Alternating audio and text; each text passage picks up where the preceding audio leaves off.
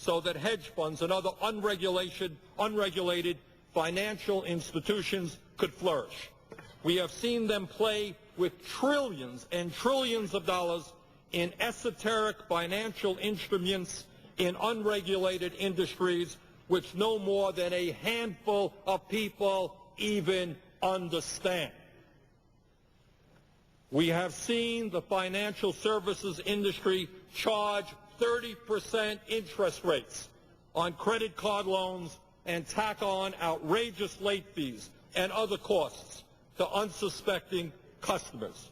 We have seen them engaged in despicable predatory lending practices, taking advantage of the vulnerable and the uneducated. We have seen them send out billions of deceptive solicitations to almost every mailbox in America. I used to think that my home was the only one that was receiving them. Turns out that billions of other solicitations went out to probably every home in America. And what they hoped to do was to gain new customers for credit card companies, and then through the very small print in the back of the solicitation, have the opportunity, have the ability to monkey around with interest rates. So when people thought they were getting 0 interest or 2%, turns out that a few months later they were paying very, very high interest rates. Most importantly, of course, we have seen the financial services industry lure people into mortgages they could not afford to pay, which is one of the basic reasons why we are here tonight. Madam President, in the midst of all of this, we have a bailout package today which says to the middle class that you are being asked to place at risk $700 billion, which is $2,200 for every man, woman, and child in this country. And you're being asked to do that in order to undo the damage caused by this excessive Wall Street greed. In other words, the masters of the universe, those brilliant Wall Street insiders who have made more money than the average American can even dream of, have brought our financial system to the brink of collapse. And now, as the American and world financial systems teeter on the edge of a meltdown, these multimillionaires are demanding that the middle class, which has already suffered under Bush's disastrous economic policies, pick up the pieces that they broke. That is wrong, and that is something that I will not support. Madam President, the major point I want to make this evening is that if we are going to bail out Wall Street, it should be those people who have caused the problem, those people who have benefited from Bush's tax breaks for millionaires and billionaires, those people who have taken advantage of deregulation. Those people are the people who should pick up the tab, and not ordinary working people. Madam President, I have introduced an amendment which gives the Senate a very clear choice. We can pay for this bailout of Wall Street by asking people all across this country, small businesses on Main Street, homeowners on Maple Street, elderly couples on Oak Street, college students on Campus Avenue, working families on Sunrise Lane. We can ask them to pay for this bailout. That is one way we can go. Or, Madam President, we can ask the people who have gained the most from the spasm of greed, the people whose incomes have been soaring under President Bush, to pick up the tab. They threw the party, they became drunk on greed, and now I believe they should foot the bill.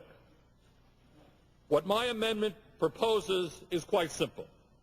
It proposes to raise the tax rate on any individual earning $500,000 a year or more, or any family earning $1 million a year or more, by 10%. That 10% increase in the tax rate from 35% to 45% will raise over $300 billion in the next 5 years. $300 billion is almost half the cost of the bailout. If what all the supporters of this legislation are saying is correct, that the government will get back some of its money when the market calms down and the government sells some of the assets it has purchased.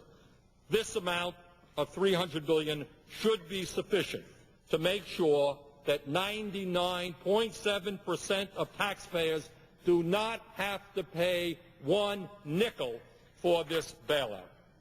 Madam President, most of my constituents did not earn a $38 million bonus in 2005 or make over $100 million in total compensation in 3 years, as did Mr. Henry Paulson, current Secretary of the Treasury and former CEO of Goldman Sachs.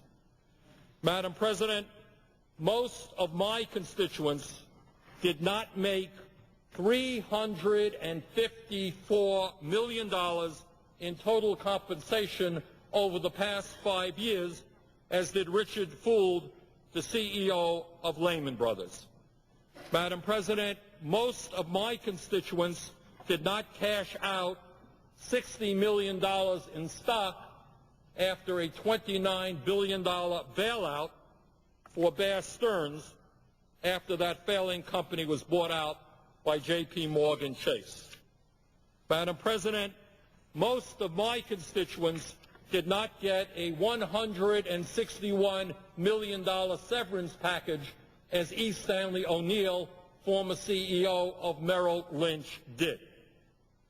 Madam President, last week I placed on my website, sanders.senate.gov, a letter to Secretary Paulson in support of the content of my amendment, which was pretty simple. It said that it should be those people best able to pay for this bailout, those people who have made out like bandits in recent years, they should be asked to pay for this bailout, and it should not be the middle class. And to my amazement, and I'm a senator from a small state, to my amazement, some 48,000 people, and here they are, these are their names, and I will not read them all off, Madam President.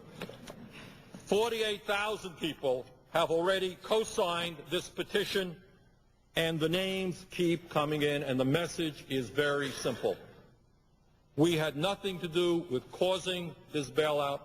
We are already under economic duress. Go to those people who have made out like bandits, go to those people who have caused this crisis, and ask them to pay for the bailout. Madam President, the time has come to assure our constituents in Vermont and all over this country that we are listening and understand their anger and their frustration.